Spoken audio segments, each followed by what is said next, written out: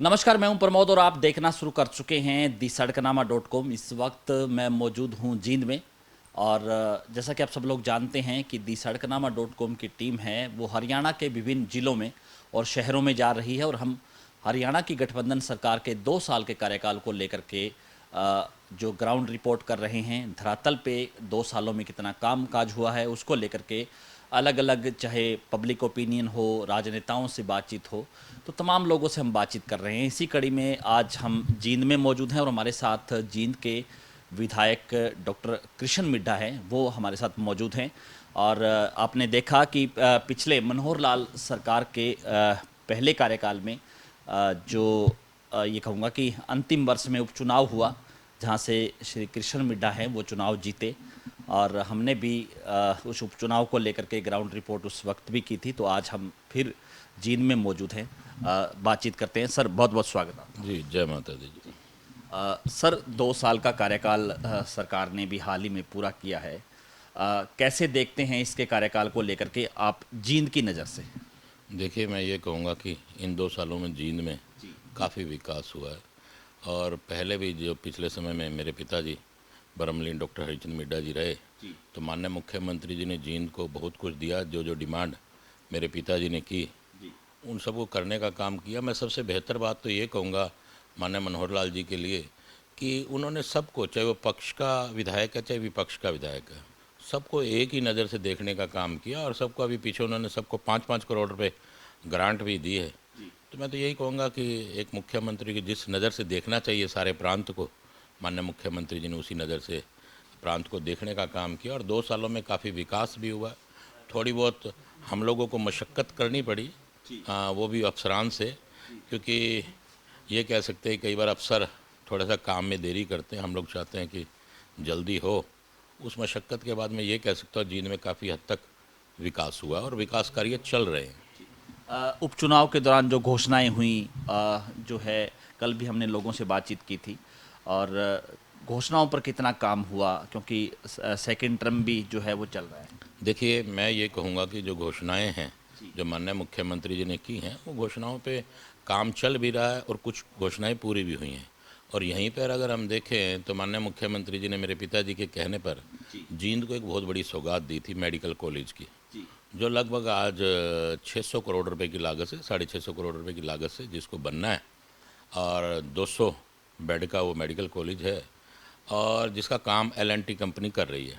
और काम प्रारंभ हो चुका है, लगभग उसको 6 महीने हो चुके हैं और 3 साल की अवधि है। और इस 3 साल में ये काम पूरा हो जाएगा, जो एक सबसे बड़ी सौगात है। दूसरी सौगात माननीय मुख्यमंत्री जी की मैं ये कहूँगा कि जो मेरी एक इच्छा थी कि जींद वालों को भाखड़ा का पानी मिले, जी जिसके लिए मैंने माननीय मुख्यमंत्री जी से निवेदन किया और उन्हें कुछ यहाँ के बारे में कहा भी, समझाया भी कि यहाँ कुछ बीमारी ज़्यादा हैं, जैसे कि पथरी की है, पीलिए की है, काला पीलिया है, या कैंसर जैसी बीमारियाँ हैं, क्योंकि पानी की कमी है। जींद अधिकतर पानी ये कह सकता कि ट्यूबवेल्स पर चलता है। तो माननीय मुख्यमंत्री जी ने मेरे इस आग्रह को स्वीकार किया और नरवाना से ही जो भाखड़ा का पानी आएगा, लगभग 45 किलोमीटर लंबी लाइन की उन्होंने स्वीकृति दी है, जो जींद के लिए बड़ी अच्छी सौगात होगी। मैं ये कहूँगा कि जींद में गंगा आ जाएगी और उस गंगा को लाने में भागीरथी का काम रहेगा। और जो अफसरान इसमें मदद कर रहे हैं, जो इस प्रोजेक्ट को पूरा कराने में काम करेंगे, मैं तो कहूँगा वो सब भागीरथी के रूप में ही जींद में वो काम करेंगे। और सबसे ज़्यादा विशेष तौर पे मैं कहूँगा तो माननीय मुख्यमंत्री जी का, क्योंकि अभी कुछ ही दिनों पहले ही उन्होंने 45 किले लगभग जो लिए हैं, 45 एकड़ ज़मीन जो बड़ौदी गांव में ली है, उसके ऊपर कार्य चल रहा है। और जो भी उन किसानों का मुआवजा बनेगा वो उन्हें देने का काम करेंगे और फिर इस प्रोजेक्ट पे काम शुरू हो जाएगा। आपने कहा कि कुछ अफसरानों की लापरवाही से जो है कामकाज कुछ लेट हुआ, तो किस तरह की लापरवाही थी, जो है काम देरी से शुरू हुआ, जो रोड्स वगैरह? देखिए, पीछे भी आप जानते हैं कि एक रोहतक रोड है, जो एक किस्म का, ये मैं तो ये भी कहूँगा कि किसी गलत नक्षत्र में उसका कार्य प्रारंभ हुआ, जो आज तक वो पूरा होने का नाम नहीं ले रहा। जी हिंदू धर्म के अनुसार हम ये भी कह सकते हैं कि कोई ऐसे मुहूर्त में उसका काम शुरू हुआ है जी जो उसका काम पूरा होने का पूरा नहीं होने पा रहा। कहीं ना कोई अड़चन या परेशानी आती जाती रहती है। उसको लेके भी कुछ जो डिपार्टमेंट थे, उन डिपार्टमेंटों की सबकी कहूँगा कि कहीं ना कहीं लापरवाही रही, जिसको लेके मैंने निरंतर सीएम साहब से भी जिक्र किया और कहीं ना कहीं उस पर अब कार्य चल रहा है, लेकिन ये कह सकते हो जल्दी वो भी पूरा हो जाएगा। और सफ़ीदो रोड जो शहर वालों के लिए एक समस्या बना हुआ था, डिवाइडर वगैरह, वो डिवाइडर वगैरह सब हटाकर अब नया सफ़ीदो रोड बनने जा रहा है जल्दी। और बाईपास आपने देखा ही होगा, जो बाईपास माननीय चौटाला साहब ने अपने कार्यकाल में जिसकी नींव रखी थी, और हुड्डा साहब के समय में लगातार वो 10 साल धूल ही उड़ती रही, वहाँ की मिट्टी भी उठा ली गई। माननीय मुख्यमंत्री जी ने उसे कंप्लीट किया, जो लगभग 750 करोड़ रुपए की लागत से है, जो कि आप ये मान के चलिए किनाना के पास से शुरू होता है और वो झांझ के पास उतरता है। कि जींद वालों ने कभी सोचा भी नहीं था कि ऐसा भी होगा। अगर आप आज से पीछे चले जाएं और खुद देखें, तब के जींद और आज के जींद को काफ़ी कार्य चल रहे हैं। इसी प्रकार से इन 2 सालों में जो कार्य चल रहा है, जींद में 3 रेलवे ब्रिज जो लगभग कंप्लीट हो चुके हैं, और 2 अंडर ब्रिज जो कंप्लीट हो चुके हैं, और 2 पर 1 पर कार्य चल रहा है, वो भी जल्दी पूरा हो जाएगा। उससे भी लोगों को सुविधाएं मिलेंगी। जींद के जितने चौक हैं उनको सुंदर बनाया जा रहा है, आप देख रहे हैं कि कार्य चल रहा है। और इसी प्रकार से भिवानी रोड भी एक बहुत बड़ी दिक्कत का सामना हम लोगों को करना पड़ रहा था। अब ये मान के चलिए भिवानी रोड पे भी जल्दी ही उसका कार्य प्रारंभ हो जाएगा, और सीसी की रोड बनेगी। कुछ थोड़ी बहुत अड़चन है, वो भी पूरी हो जाएगी। और वहीं पे जींद में ही 20 करोड़ की लागत से लगभग बस स्टैंड भी जल्दी शुरू हो जाएगा। कुछ पानी की दिक्कत की वजह से वो पूरा नहीं हो पा रहा था। और सर्विस लेन जिसकी दिक्कत थी, सर्विस लेन के बारे में मैंने विधानसभा में भी कहा, और जल्दी वो सर्विस लेन और उसकी समस्या का हल होने पर तुरंत ही ये बस स्टैंड भी पिंडारा के पास जो है उस पर शुरू हो जाएगा। और अनेक कार्य जो चल रहे हैं, जो आने वाले समय में आपको 2, 4, 6 महीने में, मैं ये कहूँगा आने वाले 6 महीने में आपको जींद का नक्शा एक अलग ही नज़र आएगा। अभी हाल ही में 1 करोड़ रुपया और माननीय 1 करोड़ 40 लाख के आसपास माननीय मुख्यमंत्री जी ने से लेकर आया हूँ।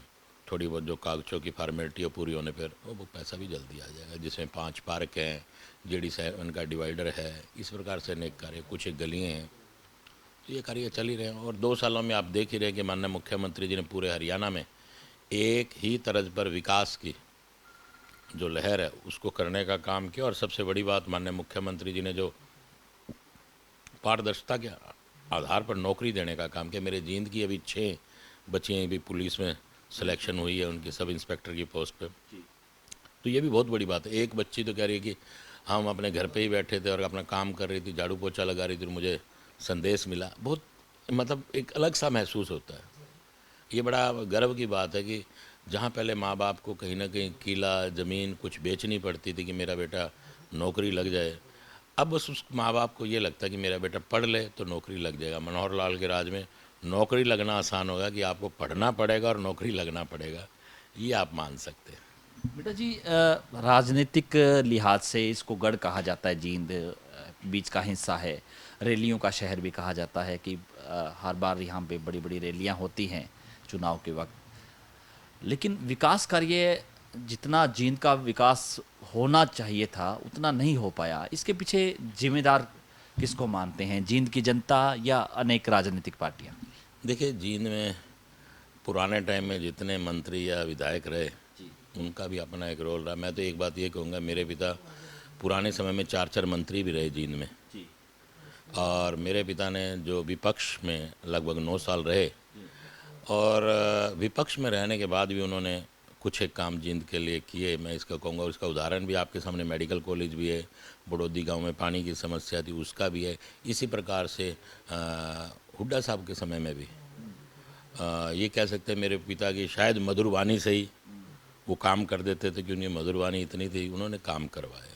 और अभी जो सबसे बड़ा प्रोजेक्ट, देखिए गलियाँ सड़कें ये बनती रहती है, टूटती रहती है, कोई भी सरकार आएगी वो गली और सड़कें बनाएगी भी और सब चलता रहेगा। लेकिन सवाल ये होता है कि आप विधायक के तौर पे हैं तो आपने प्रोजेक्ट क्या दिया।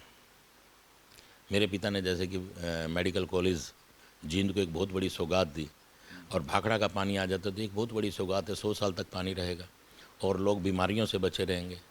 तो मतलब आप ये देखिए कि ये चीज़ हैं जिसको एक विधायक ला सकता है, और कम से कम अपने कार्यकाल में एक टर्म में एक ऐसा कार्य तो एक विधायक करे जो एक सौगात के रूप में जाना जाए। तो हम लोगों को अवसर उस माँ भगवती ने दिया है, तो हमारा पूरी कोशिश रहेगी कि हम जींद को अच्छी अच्छी सौगात दें। और जहाँ तक आपका रैलीगढ़ का कि रैलीगढ़ है जींद, वो बात आपकी सही है, लेकिन मैंने आपसे कहा कि आप आज से 2-4 साल पीछे चले जाइए और अब, क्योंकि मेरे पिता विपक्ष में भी रहे और मैं पक्ष में आया हूँ, तो आप 2 सालों में और इसमें जींद को देखने का काम करेंगे। मैं आपको ज़्यादा समय नहीं कहूँगा, लेकिन फरवरी मार्च तक आप ये मान के चलिए काफ़ी कुछ अच्छा लगना शुरू हो जाएगा। जैसे कि चौक खूबसूरती, देखिए शहर की खूबसूरती में जहाँ सरकार का हाथ होता है बनाने में, तो उसको साफ स्वच्छ और सुंदर रखने में शहरवासियों का भी काम होता है। स्थानीय लोग उसमें परवाह नहीं करते, कहीं पे भी कूड़ा करकट फेंक देते हैं तो फिर उसके बाद कहेंगे कि सफाई नहीं हो रही। आप दिन में 10 बार फेंकेंगे तो सफाई का तो नहीं, हम भी तो घर की सफाई सुबह कर देते हैं, फिर अगले दिन ही सफाई होती है। लेकिन कुछ नगरवासियों को भी चाहिए कि अपने शहर को स्वच्छ और सुंदर बनाने में मदद करें।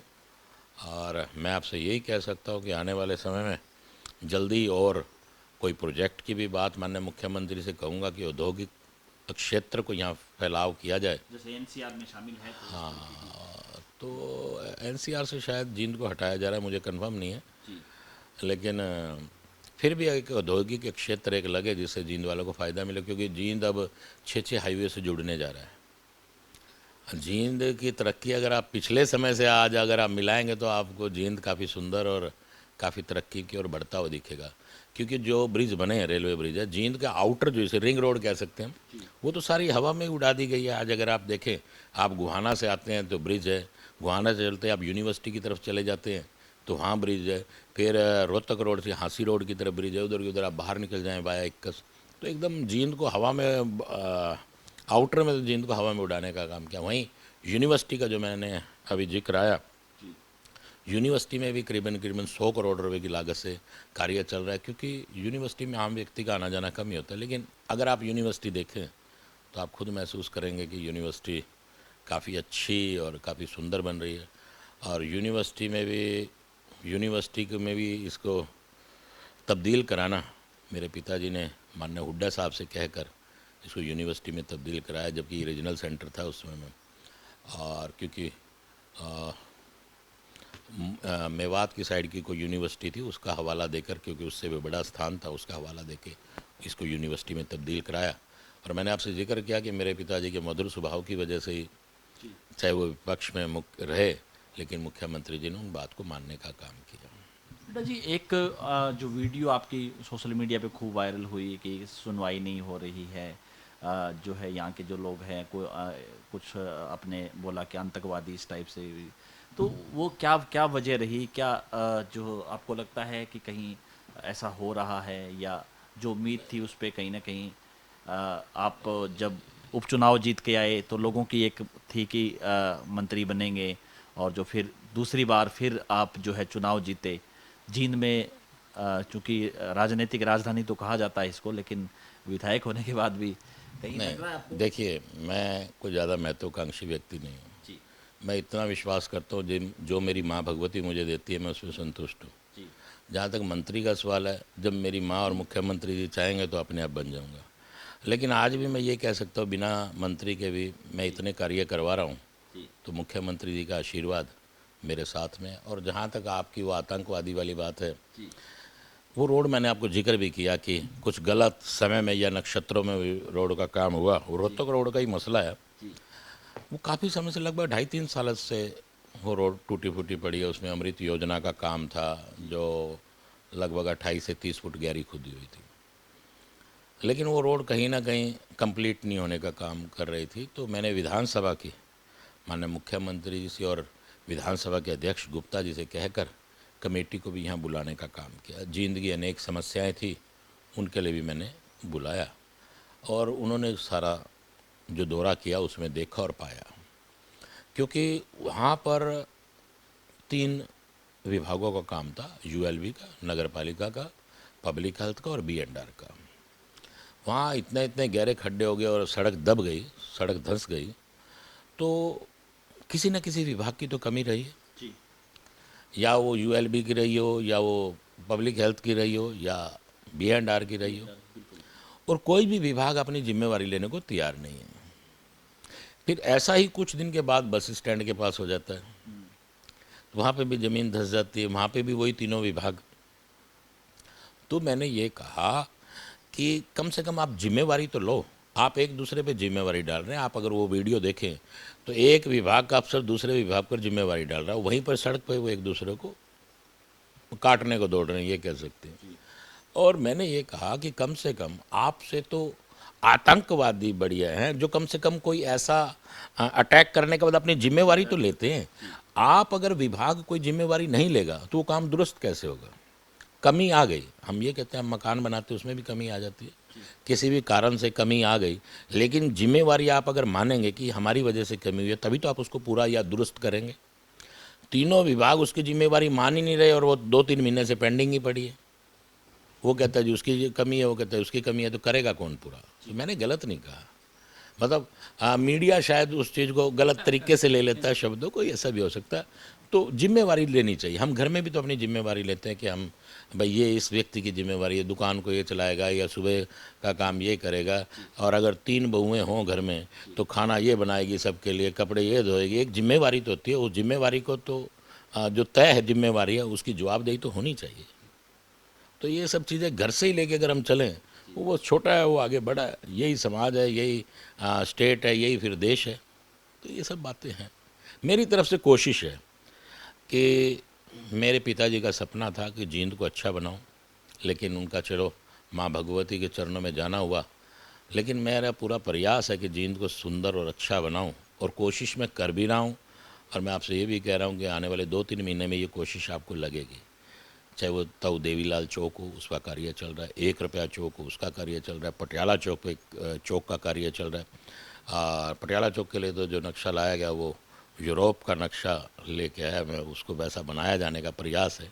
लेकिन एक अच्छा, मेरी एक अच्छी सोच के अनुसार ये आपका यहाँ पर सिंचाई भवन का कार्य चल रहा है, आप, और इरिगेशन रेस्ट हाउस जिसका कार्य प्रारंभ हो चुका है वो भी पूरा हो जाएगा, क्योंकि रेस्ट हाउस जींद में एक PWD का ही है, बाकी सब पुराने हैं। 1800 कुछ सन से 1851 या 1860 ऐसे ही कुछ बना हुआ है जींद का जो रेस्ट हाउस है।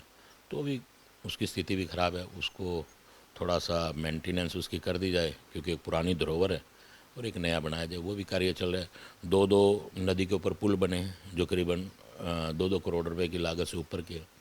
तो काम चल रहा है, मतलब आपको दिखेगा काम, वो बाकी लोग हैं, लोग जैसा चाहते हैं। क्योंकि देखिए कोई भी शहर हो जो पुराने बसे हैं, वहाँ सबसे बड़ी दिक्कत है सीवरेज की। और मैं वो यह जींद में नहीं, पूरे ही शहरों में एक समस्या आ जाती है, पानी बरसता है, अब परमात्मा पे किसका जोर है? बारिश इतनी बरसती है उस पर कोई कुछ कर नहीं सकता, वो तो बॉम्बे भी डूब जाता है साहब जहाँ पे समुंदर है। ये तो जींद, हाँ ये है, बारिश रुकने के बाद अगर 2-4 घंटे में पानी नहीं निकलता फिर आप कह सकते हैं। कुछ लोग भी आजकल ये जो सोशल मीडिया ना, तो 1 मिनट में बारिश चल रही है उसी में लोग दिखाना शुरू कर देते हैं। मैं तो कई बार उदाहरण देता हूँ कि जो लोग ये वीडियो डालते हैं वो अपने घर की किचन में जाएं, 10-10 लीटर की 2 बाल्टी अपने सिंक में डालें किचन के, फिर देखें कि उनका पानी कितनी देर में निकलता है। वो तो उनके हाथ से बनाई हुई किचन है, पाइप भी उन्होंने स्वयं लगवा रखे हैं, सब कुछ स्वयं लगवा रखे हैं। अगर वो 1 मिनट में निकल जाए तो ठीक है, अगर वो भी समय लेती है तो फिर उनको सोचना चाहिए कि इतना बड़ा सिस्टम किस प्रकार से चलेगा।